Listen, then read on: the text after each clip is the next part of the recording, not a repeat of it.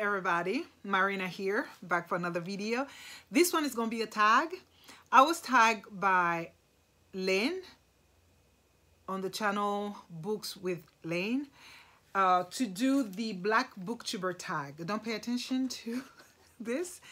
I wrote my prompts in there, so I'll be reading from this. I will also put in the description box the original tag, the creator of the tag. I think her name is Amina, but I don't remember precisely, so I'm going to put it in the description box. First question, tell us a little about yourself. Well, I'm going to make it very short, okay? I'm Tsonga, yes, but you know me as Marina simply because Tsonga is for grown-ups. People don't know how to pronounce my name properly here in Europe. They're always scattering it, and it doesn't mean anything at the end of the day. So I went for Marina because that was my father's gift to the Europeans, so they can have something easy for them to chew on. You can do whatever you want to do with that name. Mispronounce it, misspell it, it doesn't bother me that much. But if you don't know how to pronounce Tsonga properly, I'd rather you not call me that.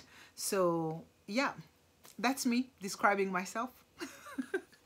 Who's a Black author you love that a lot of people don't know about? I will go for Mama Miriam Tlali, the one who wrote Muriel at the Metropolitan, and I also have from her Soweto Stories. This is a collection of short story. This was the first published novel. She was the first Black South African author to be published in English.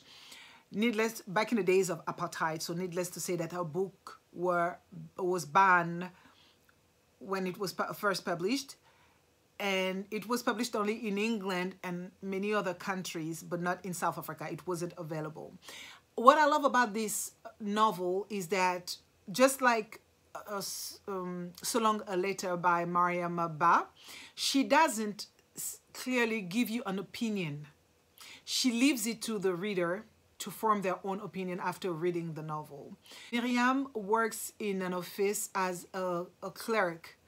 She got degrees for that. And she's the only one in the entire office actually to have degrees. The other one working with her, the only degree they have is the whiteness of their skin. That's why they occupy the position they are in. But they are better paid and better treated than her. She shows our everyday routine with those people. She doesn't take us into our home.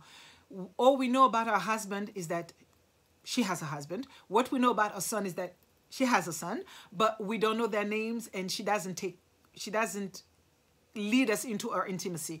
She shows us how it goes in our office. And at times I wanted to scream like, but rebel, do something, and then I remember that this was apartheid South Africa, so maybe she was being this polite and she was faking the understanding just because she wanted to remain alive.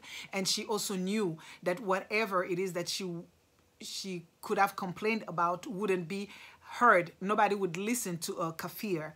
Nobody would listen to a Black woman complaining. Okay, so yeah.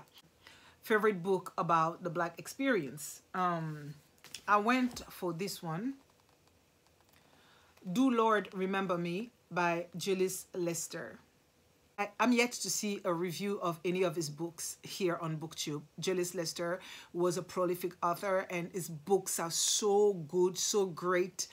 But this one in particular tells the story of a reverend who, though he is respected kind of in the church, here in the church circle by Black people, of course, he is Black, he remains Black. And on the day of his passing, no, maybe not his passing, a day before he dies, he starts writing his own obituary because he doesn't want other people to come and write their bullshit.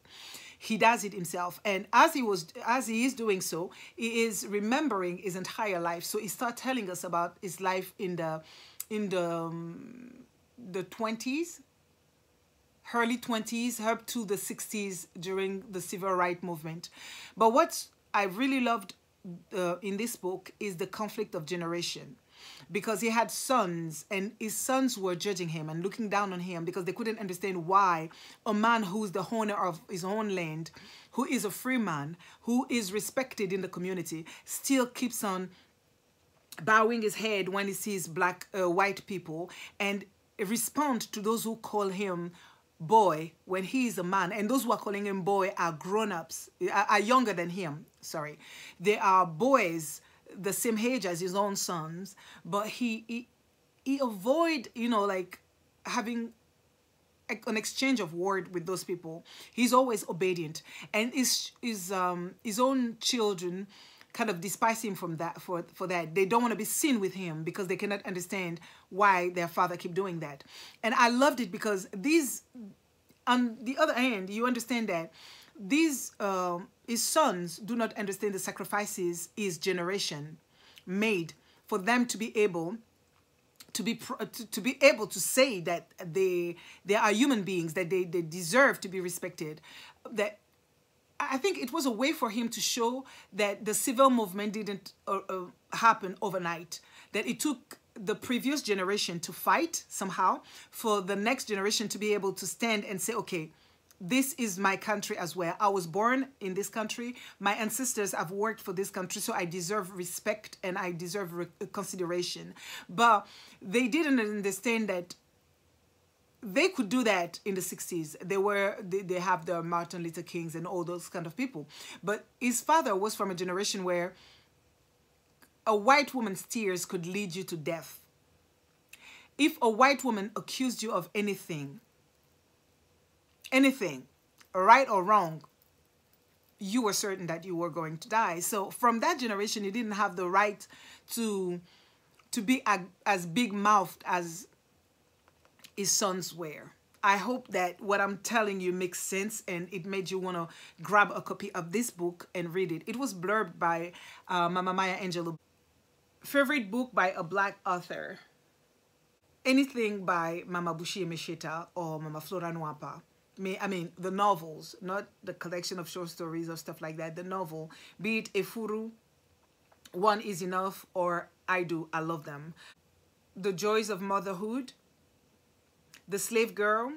Recommend a Black and queer book. The one I will recommend is this one, If I Stay Right Here. This is the most recent queer book that I've read. I appreciate it a lot. It is really experimental, and I think that one of the reasons why I loved it so much. It is different from anything I've read before, and I loved I would say the natural way the things were done here. You're just enjoying a love story, or at the beginning you're just enjoying a love story, and then things take different shapes and different forms, and you realize that love is love. There's no taboo to love, but it depends on who you're loving and who is loving you. I'm gonna put the link up here to a video where I started talking about this book. I didn't say many things, but you'll get a clear idea of what this book is really about. Recommend a book with a Black person on the cover. I will go for this book by an Asian author, Mackenzie Orsel. I love this book. I love the novel, and I love this cover because this is his mother. Actually, this is a picture of his mother on the cover of this edition. Okay, and the title of the book is L'Ombre Animale. I've read everything he wrote. He has written. Yeah, and I only have one left to read, but this particular one, I loved it. I gave it 5 out of 5 stars. If ever this novel is translated, I will let you know. I will let you know because I really want you to read it. It's very good. Yeah, L'Ombre Animale by Mackenzie Orsel with his mother on the cover of this edition. Recommend a book by a Black author that makes you happy. Happy maybe not, but the book that always makes me laugh whenever I look at it. It's a play by Baba Ola Rotimi. Our Husband Has Gone Mad Again. I do not recommend this edition in particular, but if you can have any other edition of this play, don't hesitate. And even if you can get it on ebook, buy it and read it, because Lejoka Brown, Lejoka Brown is my man. He is a messy kind of character, and sadly he resembles so many men I've met in my life. Like, not I didn't go out with them, but I met them because they were somebody's uncle or somebody's daddy or somebody's dad. But you always have this kind of messy people in your entourage, you know. The more they want to get out of trouble, the more they kind of get dire straight. Like, I love Lejoka Brown. I love him. So I cannot recommend this enough, you know. If you have a chance, read Our Husband Has Gone Mad Again by Baba Olarotimi. Recommend some Black booktubers. Oh my gosh. I will recommend Lexa Reed, Soila Kenya. Those two are Kenyan booktubers. Okay. Yeah, Soila Kenya. Ibuku, Rachel Eo, Soila Kenya, Lexa Reed. Oh my gosh.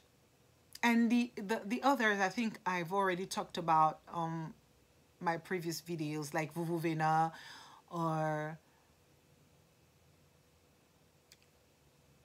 Pull Down the Moon, A Time to Share a Book. Who do I go to? I'm not going to talk about Didi. I'm not going to do that because you all know who Didi is. Comfy Cozy Up. Oh, my girl, Tiffany. I can't remember the name of her channel right now. Can't seem to remember. Oh. Belinda's Book Nook. Oh, Freeform Lady. Yeah, the one I couldn't remember. Freeform Lady, Belinda's Book Nook. And, wow. Troy Towel. Those are the booktubers I always go to. Voila.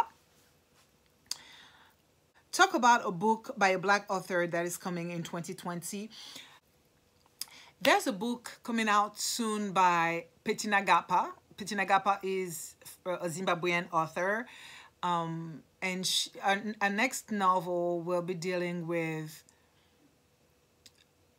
Livingston, like the story of Livingston, this British, I think, colonizer who died in Africa, and she's gonna tell how his servant led his body to Europe. And I'm really looking forward to reading that one.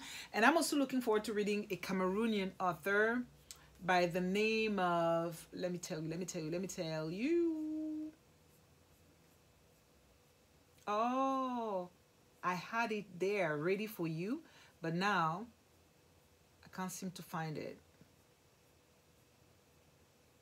Her name is Jaili Amadou Amal, and the book is in French. It is Les Impatientes. If you wonder what I'm doing, I'm looking at it, and I don't think you're gonna see it clearly on the screen, but I'm looking forward to reading it. Jaili Amadou Amal, Les Impatientes. This one is coming out soon here in France. So voila, those are the books I'm looking forward to reading. Petina Gapa and Jaili Amadou Amal.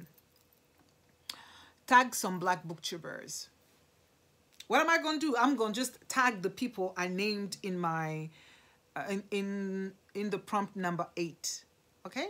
I'm going to put the link. I love doing that. I'm going to put the link to their YouTube channel so that if you didn't know them, you also will go there and show them some love and support. And I will even add my girl, Christelle Totanga. She's a French booktuber when she shows up in here, because you never know when she will be showing up. No pressure. I'm not pressuring anybody, just saying. So voila, that was it for me. I'll see you in my next video. Bye-bye.